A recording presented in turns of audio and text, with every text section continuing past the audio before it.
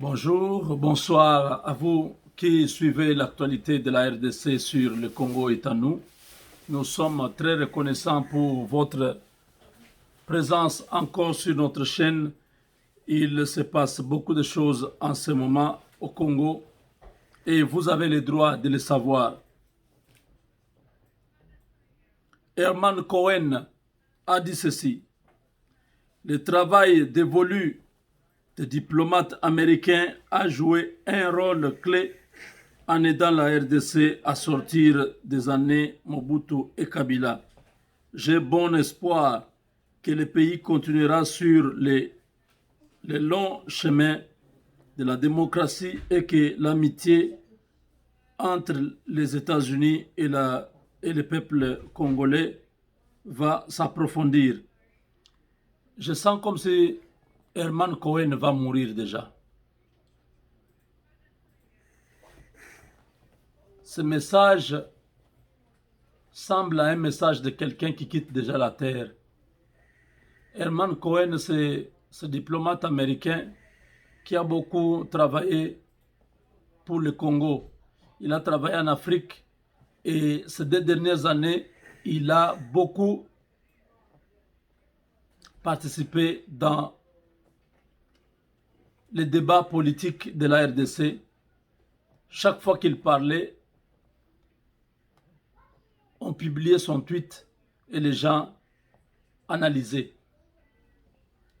Cet homme, c'est celui qui a dit au micro de notre frère Marius Munga, il y a une année passée, il a dit que dans une année, Kabila ne sera plus. C'est qu'il va prendre les choses en main. Aujourd'hui, Herman Cohen est en train de remercier, il reconnaît, il dit que le travail des diplomates américains en RDC a produit. Nikki Haley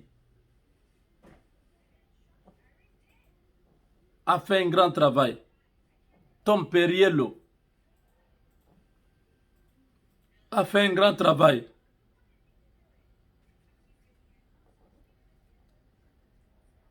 Peter Pham, bon, est venu, il n'a pas eu beaucoup d'impact. Mais Nzita, l'ambassadeur Mike Hammer, un grand impact. Donc, Herman Cohen a raison de dire que les diplomates américains ont joué un grand rôle dans le démantèlement de la Kabylie et dans l'anéantissement de la dictature dans notre pays. Il a parlé de Mobutu, il a parlé de Kabila et il a espoir que le pays va continuer dans les chemins de la démocratie et que l'amitié entre la RDC et les États-Unis va continuer. Ça va s'approfondir. Le président Tshisekedi entame le processus de divorce de sa coalition avec le FCC. Il faut se souvenir des contributions des diplomates du département d'État dans l'administration Trump, en particulier Nikki Haley, qui ont persuadé Kabila de tenir une élection présidentielle. Ça, c'est vrai. Si nous avons eu les élections, c'est grâce à Nikki Haley. Nikki Haley était déterminée. Elle a dit à Kabila en face, elle a regardé Kabila dans les yeux et lui a dit: organise les élections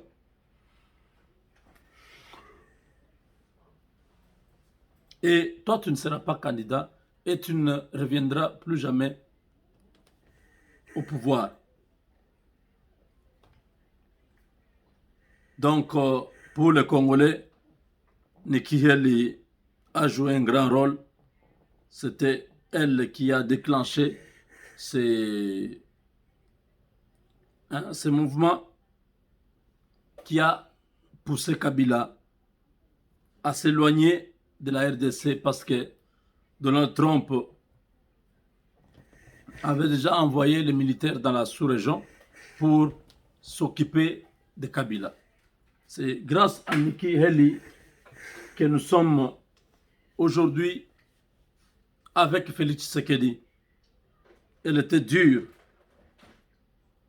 Donc tous les Congolais doivent être attentifs à la politique américaine.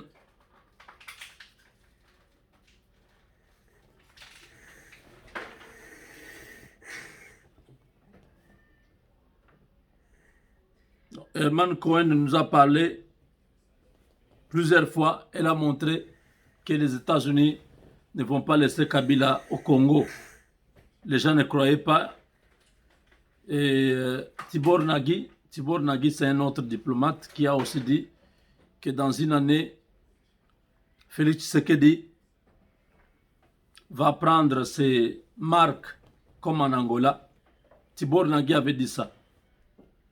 Tous connaissaient réellement comment les choses allaient se passer. Donc aujourd'hui, Tibor Nagi, Herman Cohen, Mike Sharp, Mike Hammer sont des diplomates qui ont joué un grand rôle pour la démocratie dans notre pays. Et on a vu Mike Hammer, ces derniers temps, s'impliquer totalement pour que Tshisekedi puisse récupérer l'impérium.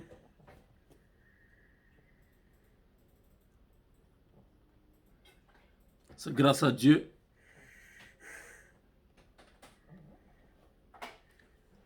Herman Cohen, c'est vraiment un expérimenté, un chevronné de la diplomatie. Ses analyses étaient justes.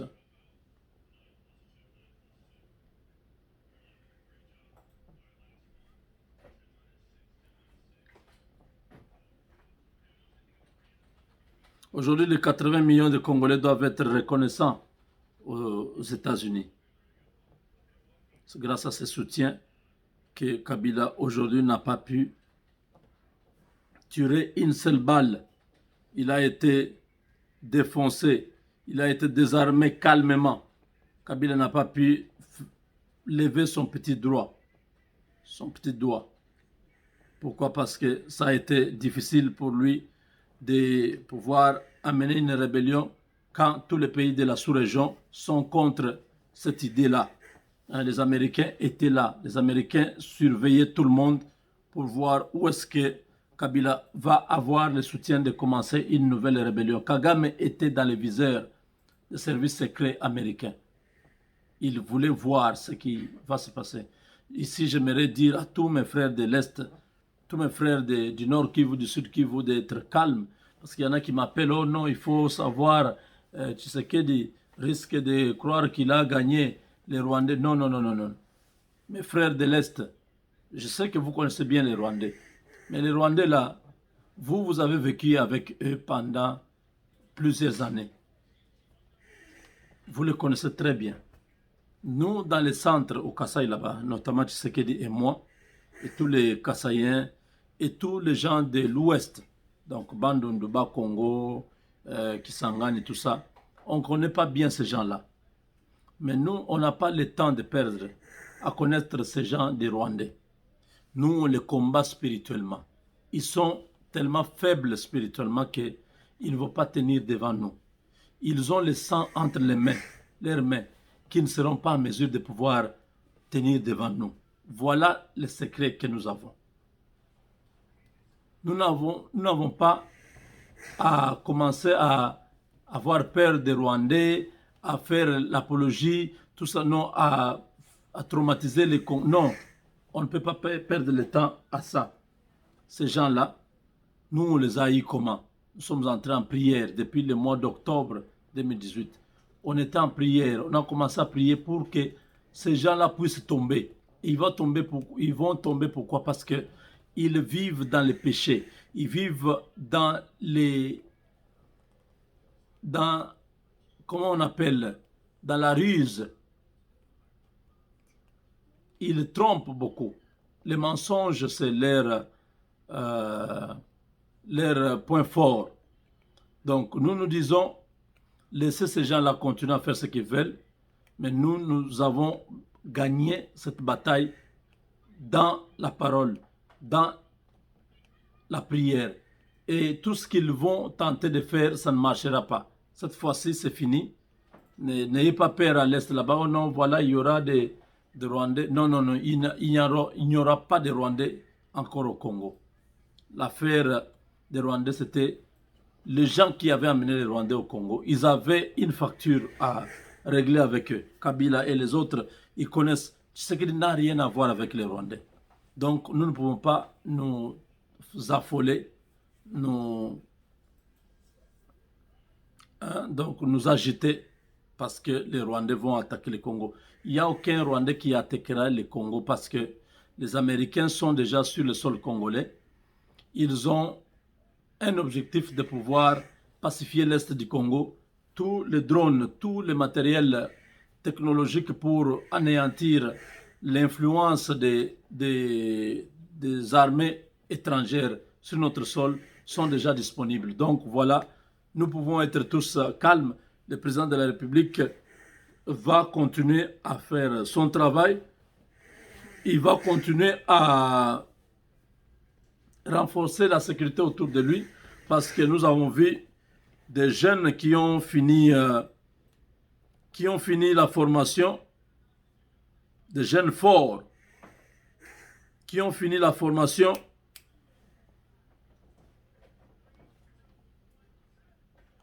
On les a vus en image, c'était quand même intéressant. Oh, je voulais que vous puissiez écouter les vieux Herman Cohen. Ensemble avec Félix Tshisekedi. Mais Félix Tshisekedi travaille avec Joseph Kabila. Oui, mais comme j'ai dit tout à l'heure, petit à petit, ils vont se séparer. Revenez me voir dans un an, vous allez voir que Kabila sera tout à fait effacé. Vous avez compris.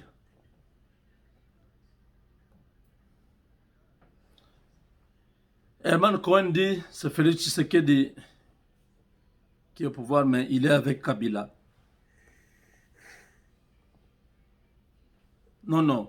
C'est Marius Munga qui dit, Félix Tshisekedi est président, mais il est avec Kabila. Herman Cohen lui dit, petit à petit, ils vont se séparer. Revenez dans une année. Écoutez ça. Ensemble avec Félix Tshisekedi. Mais Félix Tshisekedi travaille avec Joseph Kabila. Oui, mais comme j'ai dit tout à l'heure, petit à petit, ils vont se séparer. Revenez me voir dans un an, vous allez voir que Kabila sera tout à fait effacé. C'est un Américain qui vous dit, vous verrez que dans une année, Kabila sera totalement effacé. Mike Hammer a dit, la tempête arrive. Les Congolais n'ont pas compris. Je vous ai dit, un Américain qui parle de la tempête, il connaît ce que c'est la tempête. Parce que nous, aux États-Unis, nous vivons la tempête à tout moment. Nous connaissons comment la sirène va sonner, donc l'alerte rouge, où tout le monde doit partir. Il y a des coins aux États-Unis, surtout en Floride là-bas, et à Houston, du côté de Galveston, tout ça. Ce sont des coins où, lorsque la tempête tropicale monte, prend des proportions inquiétantes, ça monte vers les Caraïbes, ça vient vers les États-Unis, on vous dit, il faut quitter, il faut libérer la ville, il faut partir. Quand un ambassadeur vous parle de la tempête, ce n'était pas quelque chose à négliger. Quand cet homme, un ancien diplomate, il est dans une émission avec notre confrère, compatriote, Marius Munga. Vous voyez, là... Ensemble avec Félix Tshisekedi. Mais Félix Tshisekedi travaille avec Joseph Kabila. Oui, mais comme j'ai dit tout à l'heure, petit à petit, ils vont se séparer. Revenez me voir dans un an, vous allez voir que Kabila sera tout à fait effacé. Revenez dans un an. Vous allez voir que Kabila sera tout à fait effacé. Je ne sais pas l'émission ici de Marius est de quel mois, mais une année, jour pour jour, je crois que cet homme savait ce qui s'est passé au département d'État. Beaucoup de diplomates américains du département d'État savaient déjà les plans qui étaient en place pour se débarrasser de Kabila. Les gens qui croient aujourd'hui que Kabila représente quelque chose, je me plains. Ce sont des gens qui ne connaissent rien de la politique internationale. Les Américains, je vous ai parlé depuis le début, que les Américains ont déjà décidé. Ils sont venus au Congo par eux-mêmes. Aucun Congolais n'avait voulu que les Américains viennent. Ils se sont invités eux-mêmes. Ils sont arrivés, ils ont dit, nous soutenons Tshisekedi. Nous allons faire un partenariat privilégié. Ils ont appelé le président Félix à Washington. Ils l'ont fait signer ce partenariat-là. Ils ont tout un plan qui est déjà en action pour les relations avec la RDC. Nous, maintenant, il n'y avait pas un plan. Notre gouvernement n'avait pas un plan. Le président Tshisekedi, avec ses hommes, il n'y avait pas un plan dans ce sens-là. Ils n'avaient pas un plan.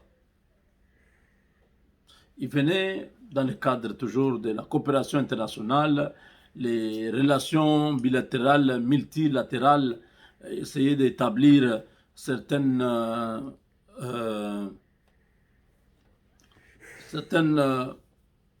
réalisations entre les deux pays, tout ça. C'est des choses superficielles. Un programme approfondi, il n'y en avait pas pour le gouvernement congolais. Quand je parle des Américains, ont amené les partenariats privilégiés, nous, on n'a rien apporté.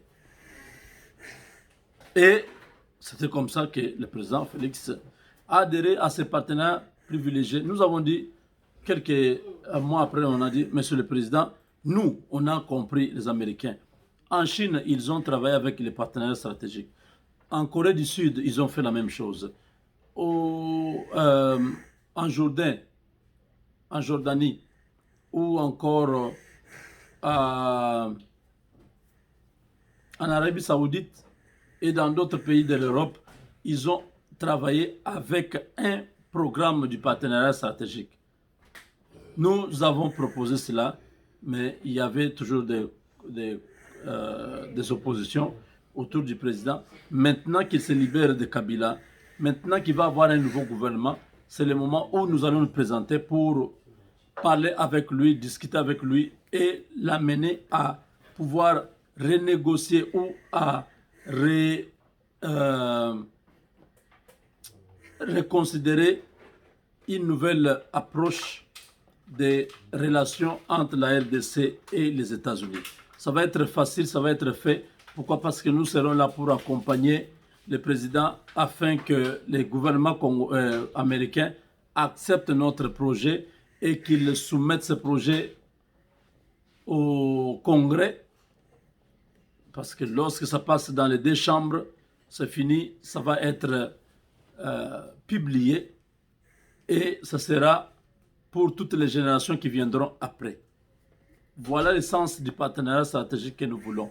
En même temps, je demande à tous les membres des partenariats stratégiques à travers le monde d'être soudés, de travailler ensemble, de continuer à suivre nos émissions et de travailler aussi dans le sens de pouvoir développer la RDC. Nous allons commencer nos activités au mois de janvier.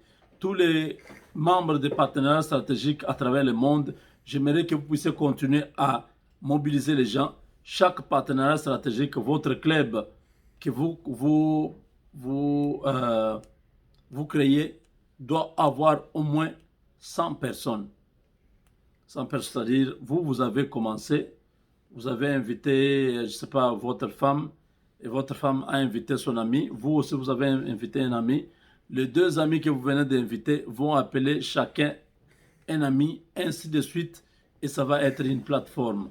Tout ce que vous faites là-bas, quand quelqu'un arrive dans le PS, prenez son identité, son nom, son poste-nom, peut-être son prénom, et son numéro de téléphone et son email. Ne prenez pas son adresse physique, son email et son numéro de téléphone.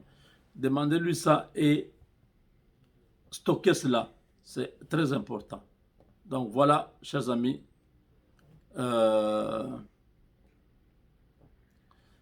ce que nous avions à vous dire cette nuit. Nous croyons que il y a beaucoup. Kabila a tout perdu. le Premier ministre a finalement reçu une grande sécurité là où il est protégé, quels que soient les assauts de la Kabylie, cela ne pourra rien changer. Nous croyons vraiment que les choses vont aller dans le bon sens. Pour terminer, c'est les Sénats congolais. Il y a déjà une motion destitution, une pétition pour la destitution de Alexis Thambwe Mwamba. Il y a déjà 56 signatures sur les 108 dont ils ont dépassé. La majorité, la moitié, c'est 54. Mais au Sénat, on a déjà 56 voix, ce qui veut dire que bientôt, le Sénat tombe aussi. Le Sénat va tomber, pourquoi? Parce que le Sénat que nous avons, c'est un Sénat qui était acquis à la cause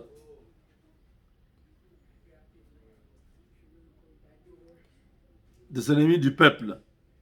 Donc, nous avons déjà les présidents du Sénat, Alexis Thambwe Mwamba, est désormais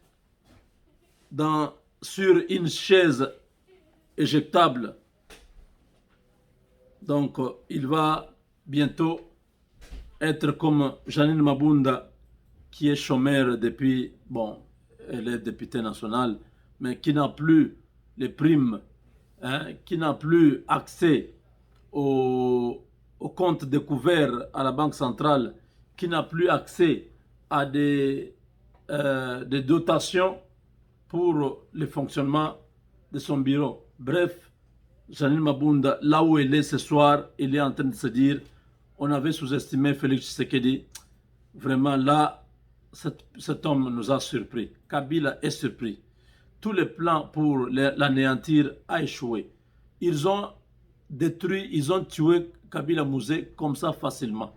Ils croyaient qu'ils allaient reprendre, ils allaient refaire cela avec Tshisekedi. Je vous informe, vous les Tutsis, il y a un peuple au Congo que vous ne saurez jamais atteindre, c'est le peuple Luba. Parce que ce peuple, c'est le peuple qui est au centre, qui a gardé l'ensemble du Congo. Si vous aviez eu ce peuple, vous aurez eu le Congo. Mais comme vous avez utilisé les autres peuples de l'Est, du Nord Kivu, il y a eu beaucoup de traîtres au Nord Kivu, au Sud Kivu, au Katanga. Tous ces gens-là ont servi les intérêts du Rwanda. Mais ils ont échoué. Ils avaient mal fait leur casting, mal fait leur scénario. Ils n'ont pas intégré les Kassaïens. Si, dans leur quête de pouvoir dominer le Congo, ils avaient réussi à avoir les Kassaïens dans leur cause, c'est-à-dire nous tous ici, l'IDPS, tout le monde dans leur cause, ils auraient réussi. Mais quand ils prennent Boshab, ils prennent Cheo Kitunde, ils prennent Ntumbaluaba, ils prennent Lumanu Mulenda Bwana Sefu, il est de Kabinda. Ntumbaluaba, et donc il est Moulouba. Vous avez Lambert Mende qui est Moutete là, Boshab qui est Moukuba. Donc ce sont des Kassaïens bien sûr, mais ils n'ont pas d'impact sur la nation. Si vous aviez réussi à avoir les Kassaïens, vous pouviez avoir le Congo. Donc aujourd'hui vous avez échoué. Tshisekedi est hyper sécurisé. Vous pouvez être calme. N'osez pas, parce que tout ce que vous allez essayer, ça va barder, on va arrêter ces gens et vous serez exposés. Je dis bien, cette émission, c'était sur Thambwe Mwamba. Je vous ai parlé de beaucoup de choses, mais l'essentiel, retenez, Thambwe Mwamba est sur une chaise éjectable. À tout moment, il peut aussi tomber. Parce qu'il y a eu déjà 54 signatures qui se sont prononcées contre son bureau. Les deux chambres vont être de l'Union sacrée pour la nation. Les assemblées provinciales vont être de l'union sacrée pour la nation. Les gouverneurs de province vont être pour l'union sacrée pour la nation. Des gouverneurs des assemblées provinciales qui vont se rebeller, ils vont seulement constater qu'on va faire tomber toutes ces histoires-là. Ça a commencé à Kinshasa, vous avez vu, non? Malgré l'affrontement, malgré la bagarre, ça n'a rien changé. Mabounda est parti. Ça sera pour vous qui êtes en province. Donc, les présidents de l'Assemblée provinciale, les ministres provinciaux, les gouverneurs de la province, ils doivent tous prendre le courage de se balancer vers Félix Tshisekedi. S'ils continuent à aller à Kingakati, ils s'exposent eux-mêmes à des conséquences qui sont incalculables. Avec Dieu, nous vaincrons. Chers amis, vous avez besoin d'un avocat, vous habitez les États-Unis et le Canada. Nous avons des avocats à $24,95. Si vous avez besoin d'un avocat, contactez-nous. Mon numéro, c'est le 972-891-0976. C'est très simple. Vous aurez un service de qualité avec des avocats chevronnés, expérimentés et des avocats d'affaires, des avocats qui défendent les causes des millionnaires. Ce sont des grands cabinets d'avocats que vous aurez aussi à consulter. Avec Dieu, nous vaincrons.